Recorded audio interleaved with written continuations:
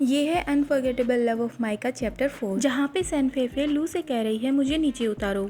और तभी सैनफेफे का अपनी हाथों पे ध्यान जाता है कि उसने भी लू को पकड़ रखा था, तो वो अपने हाथ पीछे कर लेती है। तो लू उससे कहता है तुम इतना ब्लश क्यों कर रही हो। तो फेफे लू की कॉलर पकड़ लेती है और उससे कहती है मैंने आपसे कहा था कि मुझे जाने दो, क्या आप बहरे हैं। लू के पैरों के नीचे बांस के टुकड़े पड़े थे जो कि सैनफेफे नहीं तोड़े थे। तो लू सैनफेफे से कहता है अगर तुम चाहती हो कि तुम्हें चोट ना लगे तो ज्यादा हिलो मत। तो सैनफेफे सोचने लगती है क्या ये वही एंटीक वाज है जो मैंने तोड़ा था। और फिर ये भी सोचती है जब से ये आदमी यहाँ पर आया है इसने अभी तक इन प्राचीन चीजों के बारे में पूछा तक नहीं, क्या ये एंटीक प्राचीन चीजें सच में नकली है। उसके बाद लू सैनफेफे को डाइनिंग रूम में ले जाता है और उसे एक सीट पे बिठा देता है। वहाँ पर काफी अच्छा खाना बना हुआ था और सैनफेफे से कहता है तुम्हें भूख लगी है ना। और सैनफेफे सोच रही है सच कहूँ तो हाँ मुझे सच में भूख लगी है। उसके बाद लू भी सैनफेफे की पास वाली सीट पे बैठ जाता है और उससे कहता है खाना खाओ। तो सैनफेफे लू को देखकर सोच रही है ये कितना जेंटल है।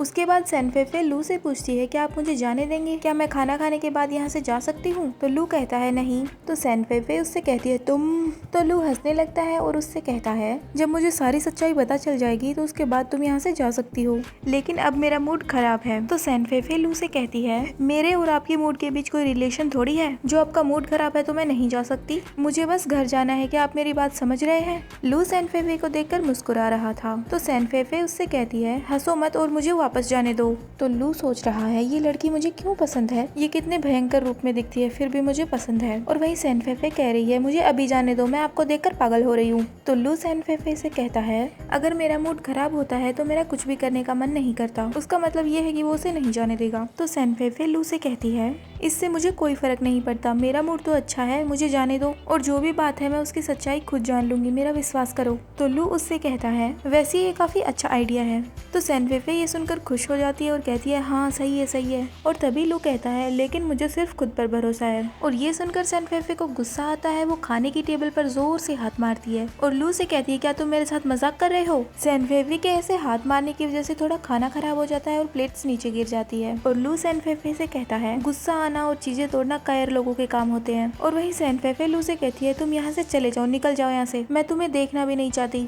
और वही लू मन ही मन सोचता है लेकिन मैं तुम्हें सच में देखना चाहता हूँ। और उसके बाद लू मेड शाओमी से कहता है शाओमी ये सब साफ करो और डिनर दोबारा तैयार करो। तो शाओमी कहती है यस यंग मास्टर। और वही सैनफेफे चुपचाप बैठ जाती है। उसके बाद लू सैनफेफे से कहता है क्या मिस सैन को भूख नहीं लगी, लेकिन सैनफेफे कुछ नहीं बोलती। उसके बाद लू सैनफेफे से कहता है अगर तुम अब भी अपने प्यार को देखना चाहती हो तो चुपचाप खाना खाओ। तो सैनफेफे खाना खाने लगती है तो लू को चिढ़ होती है इस चीज से कि किसी लड़के के लिए उसने खाना खाना स्टार्ट कर दिया। और सैनफेफे लू से कहती है जब मैं खाना खा के खत्म कर लूँ तो प्लीज मुझे जाने देना, अपना वादा मत भूलना। और ये भी कहती है अगर तुमने मुझे नहीं जाने दिया तो देखना फिर। और वहीं लू को गुस्सा आया हुआ है, वो टेबल को लात मारता है और खाना यहाँ वहाँ गिर जाता है। सारा टेबल ही उलट पुलट हो गया है और खाना यहाँ वहाँ गिर गया है। और ये सब देखकर सैनफेफे सोच रही है ये क्या कर रहा है, इसे दिख नहीं रहा कि मैं खाना खा रही हूँ, आखिर ये कर क्या रहा है। लेकिन लू कुछ नहीं बोलता और गुस्से में वहाँ से खड़ा होकर सैनफेफे के पास आता है।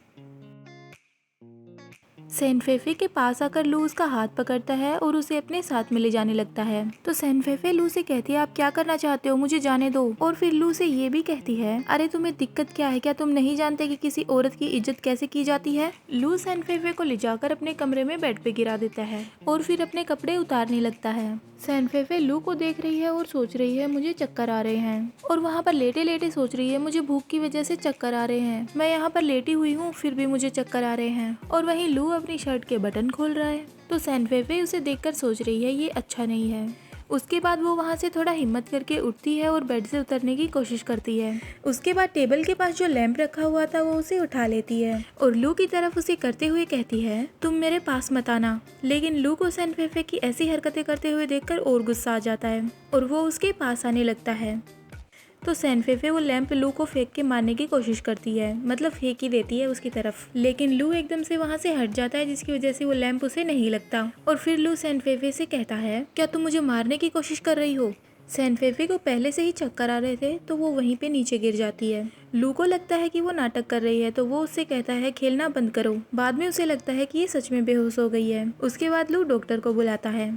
डॉक्टर वहाँ पर आते हैं और लू से कहते हैं यंग मास्टर क्या हुआ। तो लू सैनफेफे की तरफ इशारा करते हुए कहता है इसे देखो। डॉक्टर कहता है यस यंग मास्टर। सैनफेफे को देखकर डॉक्टर खुद ही ब्लश करने लगता है और उसे देखकर सोचता है इसे देखकर तो ऐसा लग रहा है जैसे फेरी टेल की कहानियों में स्लीपिंग ब्यूटी सो रही हो। और तभी लू डॉक्टर से कहता है चुपचाप वहीं पे खड़े रहो। और फिर लू चिढ़ते हुए डॉक्टर से कहता है क्या तुम्हें तुम्हारी आंखें नहीं चाहिए, चुपचाप जाओ और देखो कि उसके साथ क्या हुआ है। डॉक्टर सैनफेफे की तरफ जाने लगता है तो लू उसे फिर से कहता है रुको, और लेडी डॉक्टर से कहता है तुम जाओ। तो वो डॉक्टर पीछे खड़ा खड़ा सोच रहा है इन्होंने जैसे इस पे कब्जा कर रखा हो, कितने पॉजेसिव हैं। उसके बाद लेडी डॉक्टर सैनफेफे को चेक करने लगती है और लू पूछता है इसे क्या हुआ है। तो वो डॉक्टर लू को बताती है यंग मास्टर ये लेडी काफी कमजोर हो गई है भूखे रहने की वजह से, इसे ड्रिप लगा देते हैं ये जल्दी ही उठ जाएगी। लेकिन वो बात भी है। तो लू कहता है और तुम क्या बोलना चाहती हो। तो डॉक्टर अपना सर नीचे करके लू को बताती है शायद कुछ दिनों में इसने कुछ ज्यादा ही सेक्स कर लिया है, इस वजह से ये कमजोर हो गई है। तो पीछे खड़ा डॉक्टर फिर से सोचने लगता है क्या,